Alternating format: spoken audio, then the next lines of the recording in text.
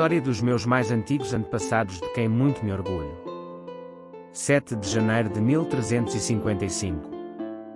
Executada à morte Dona Inês de Castro, minha 21ª tia-avó, rainha póstuma de Portugal, mulher do rei Dom Pedro I, irmã germana de Dom Álvaro Pires de Castro, primeiro conde de Arraiolos, meu 21º e 23º avô.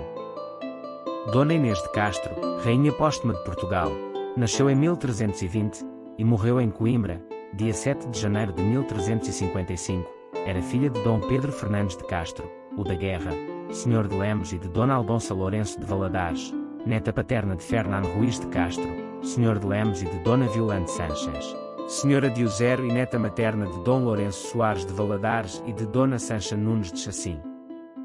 Inês de Castro era descendente de Dom Afonso Henriques por via paterna.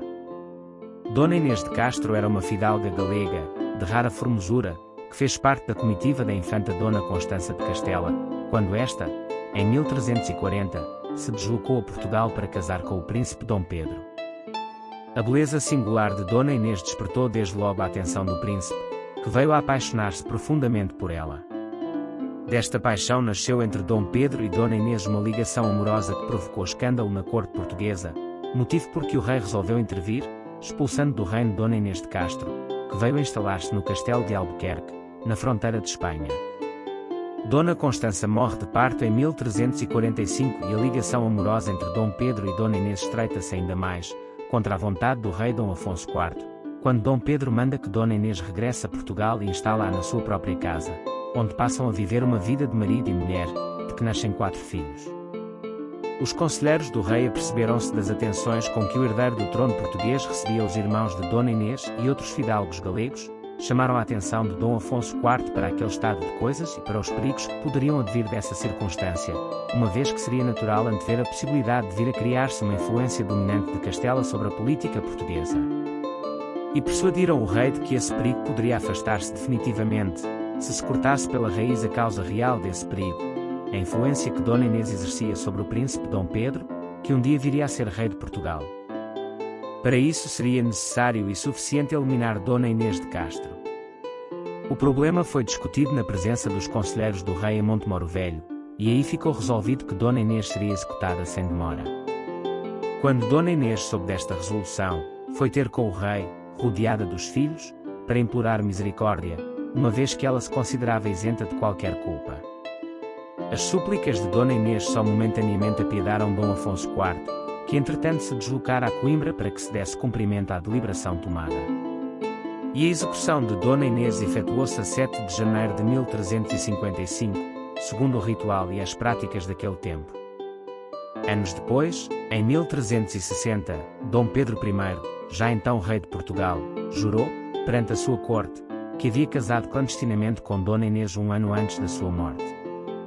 O tema dos amores de Dona Inês e da sua triste morte interessou grande número de poetas e escritores de várias épocas e de várias nacionalidades, e pode dizer-se que se contam por centenas as obras literárias em que o tema foi tratado. Camões imortaliza, nos Lusíadas, os amores de Dona Inês e Dom Pedro, na estrofe 120 do canto 3º. Estavas, linda Inês, posta em sossego, de teus anos colhendo doce fruto, naquele engano de alma, ledo e cego, que a fortuna não deixa durar muito, nos saudosos campos de Mondego,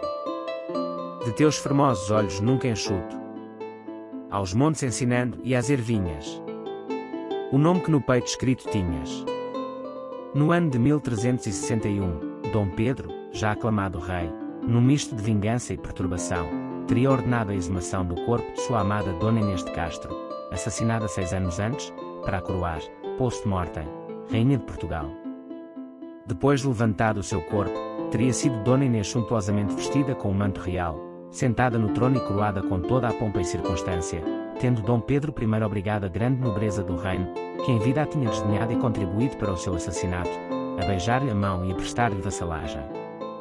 Nem em documentação coeva, nem tão pouco na crónica de Dom Pedro, escrita por Fernão Lopes cerca de um século depois, constam quaisquer referências a este mórbido episódio, que começa a surgir de forma lendária em narrativas do século XVI, ganhando, a partir daí, a dimensão romântica que caracteriza toda a ambiência dos célebres amores de Pedro e Inês.